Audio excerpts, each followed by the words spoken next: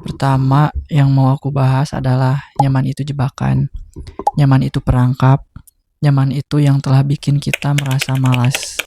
Karena kemalasan itu berawal dari kenyamanan yang dibiarkan begitu saja. Kita nyaman dengan hari ini, free, kosong, gak ada tekanan karena pekerjaan yang bisa dikerjakan di esok hari. Dan esoknya kayak gitu lagi, begitu saja seterusnya. Sampai lupa bahwa kita pernah merencanakan ingin merapikan atau mengerjakan sesuatu sebelumnya. Sedangkan dengan apa yang sudah terlewat, dengan kita memilih diam saja pun, kenyataannya waktu akan terus bergerak. Tidak peduli apakah kita akan menyesalinya atau tidak. Semua orang punya 24 jamnya masing-masing, tapi tidak semua orang mampu menaklukkannya. Dan kenapa semua itu bisa terjadi? Kenapa manusia bisa memiliki rasa malas? Aku sendiri sering merasa lagi belajar, nonton podcast, menulis, baca buku, itu selalu merasa ngantuk. Tetapi ketika scroll apalagi menghibur, itu berjam-jam pun selalu gak kerasa. Dan untuk aku yang kerjanya di toko, pelarian scroll itu justru bikin waktu kerja jadi gak kerasa. Tiba-tiba sudah berjam-jam terlewat begitu saja. Berbeda kalau sambil baca buku, apalagi di tengah kondisi jalan yang berisik. Lama banget. Memang, kabar bagusnya aku bisa ketawa-ketawa happy dan jam kerja jadi gak kerasa. Tapi kabar buruknya, aku jadi gak berkembang. Gak mengisi waktu luang itu dengan menulis skrip, nonton podcast, baca buku, ngedit video. Karena semua itu selalu dinanti-nanti setiap setelah scroll satu video lagi atau 10 menit lagi. Dan lama-kelamaan malah gak dikerjakan. Kenapa sih scroll bisa seseru itu? Malas-malasan bisa semenyenangkan itu? Kenapa harus ada rasa malas di dalam tubuh ini? Kenapa susah buat semangat gitu aja? Kenapa harus menunda-nunda pekerjaan? Kita sadar kalau kita sedang malas, tapi ketika rasa malas itu tiba, susah banget buat sadar kalau kita harus melawannya. Kenapa? Karena kita hidup di era dimana semuanya dipermudah. Entah itu informasi, beli makan, melihat pencapaian orang, ngegibah, main judi, minjem uang. Semua itu bisa dengan mudah diakses tanpa kita harus keluar rumah. Semua itu bisa diakses hanya kita dengan diam saja. Nah, dari kemudahan akses itulah, entah buruk atau baiknya, otak kita jadi dirancang secara biologis untuk lebih menyukai scrolling daripada belajar. Otak kita sudah terbiasa dengan kemudahan dan menghindari adrenalin begitu saja.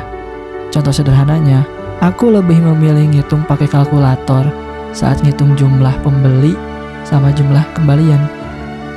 Padahal angka yang aku jumlahkan dalam kalkulator itu adalah soal matematika kelas 3 SD. Di zaman yang serba instan ini sebenarnya banyak ngebantu. Cuman defaultnya kita yang emang dalam diri manusia itu punya sifat kemalasan, jadi semakin susah buat melawannya. Dan kayaknya orang-orang yang pergi ke laundry juga bukan karena gak ada waktu deh. Jadi mari kita bahas lebih dalam lagi. Ya, dengan kamu masih berada di video ini, kamu tidak sedang mengiyakan kemalasanmu begitu saja.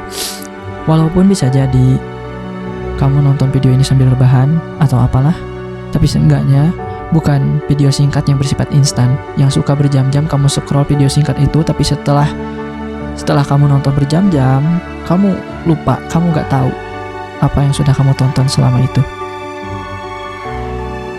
Nah, secara neurologis, ada sebuah perang dingin antara dua bagian otak saat kita dihadapkan pada suatu tugas atau pekerjaan. Yang pertama, sistem limbik, yaitu bagian otak yang menginginkan kenikmatan secara instan, dan lawannya yang kedua adalah prefrontal cortex, bagian otak yang lebih modern. Ia berfungsi untuk perencanaan jangka panjang, logika, dan membuat keputusan rasional. Jadi, ketika sebuah tugas terasa berat, membosankan, atau menakutkan. Sistem limbik jelas seringkali menang. Otak lebih memilih dopamin cepat, seperti scrolling media sosial, daripada reward jangka panjang yang belum pasti, seperti menyelesaikan pekerjaan, tugas, membaca, dan lain sebagainya. Makanya, kenapa manusia suka menunda-nunda tuh? Itu mereka lagi membuat sistem prefrontal cortex-nya kalah begitu saja sama sistem limbik di dalam otak kita sendiri.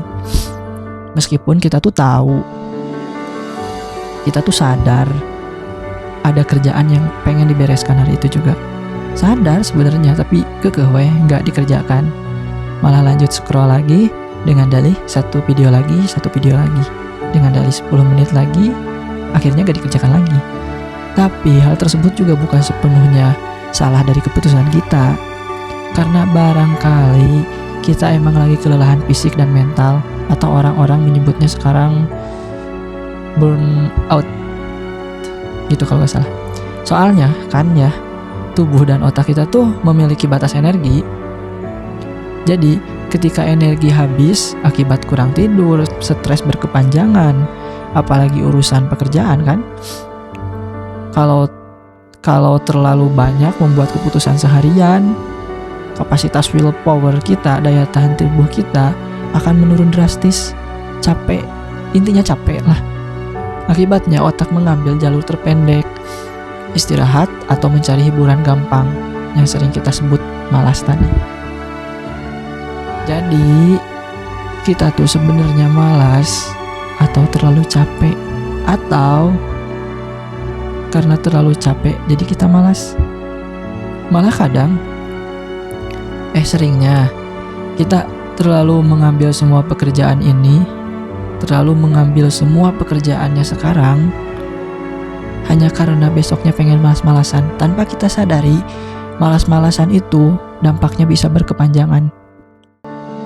Makanya kalau ada suatu tugas atau kerjaan tuh diporsi aja sesuai batas capeknya kita. Kayak kamu misal nih, kamu menuangkan air ke dalam gelas, kalau kepenuhan kan jadi tumpah airnya. Terus bagaimana solusinya bisa keluar dari kemalasan ini? Contohnya masih kayak menuangkan air ke dalam gelas tadi. Kamu gak harus menuangkan air sebanyak itu jika ternyata masih berat sekali niat buat menuangkan airnya. Sedikit saja. Nah, biasanya bagian tersulitnya adalah memulai. Dan setelah jalan, otak akan lebih mudah buat melanjutkannya. Contoh misalnya, aku mau sambil nulis di toko. Males lah sebenarnya. Udah mah berisik, capek. Mending scroll daripada harus nulis skrip. Ngapain udah capek kerja, harus capek mikir pula. Tapi ternyata ada celahnya. Aku suka ngerubah keinginan melawan rasa malas itu sendiri dengan menyederhanakan pekerjaan atau tugasnya. Kayak, aku gak akan nulis skrip hari ini, tapi aku akan tulis 1 paragraf saja. Dan gara-gara nulis 1 paragraf itu, jadi keterusan ke paragraf selanjutnya. Bahkan, jadi tulisan yang bisa aku sampaikan di video ini. Karena yang membuat kita malas selama ini ternyata bukan karena pekerjaannya yang berat, tapi pikiran kitanya aja yang menganggap pekerjaan itu berat. Padahal bisa kok yang dipikirkan itu yang bagian kecil-kecilnya dulu. Kayak contoh yang tadi aku bilang, gak usah mikirin nulis skrip hari ini selesai, tapi pikirin nulis 1 paragraf saja. Begitupun di pekerjaan atau tugas yang lainnya. Kayak misal kamu gak harus bersihin seisi kamar, tapi cukup tempat tidurnya aja. Gak beresin semua isi rak, tapi cukup 1 rak saja. Gak usah baca 1 judul buku, tapi cukup 1 lembar saja. Gak usah olahraga, tapi mau pemanasannya aja. Nah, nanti efeknya bakalan kayak kecanduan scroll 1 video lagi. Bakalan keterusan. Aku juga nulis apa yang aku sampaikan sekarang, awalnya dari 1 paragraf rasa malas yang masih acak-acakan. Lama-kelamaan 2 paragraf, 3 paragraf, dan ternyata mampu juga. Ternyata aku menyelesaikannya juga. Dan gara-gara kemalasan aku itu, aku jadi kepikiran buat menyampaikannya di video kali ini. Terima kasih sudah mendengarkan videoku yang kali ini. Mari kita bermalas-malasan lagi sambil memikirkan pekerjaan selanjutnya. Aku Ripa Asyakir, see you next video.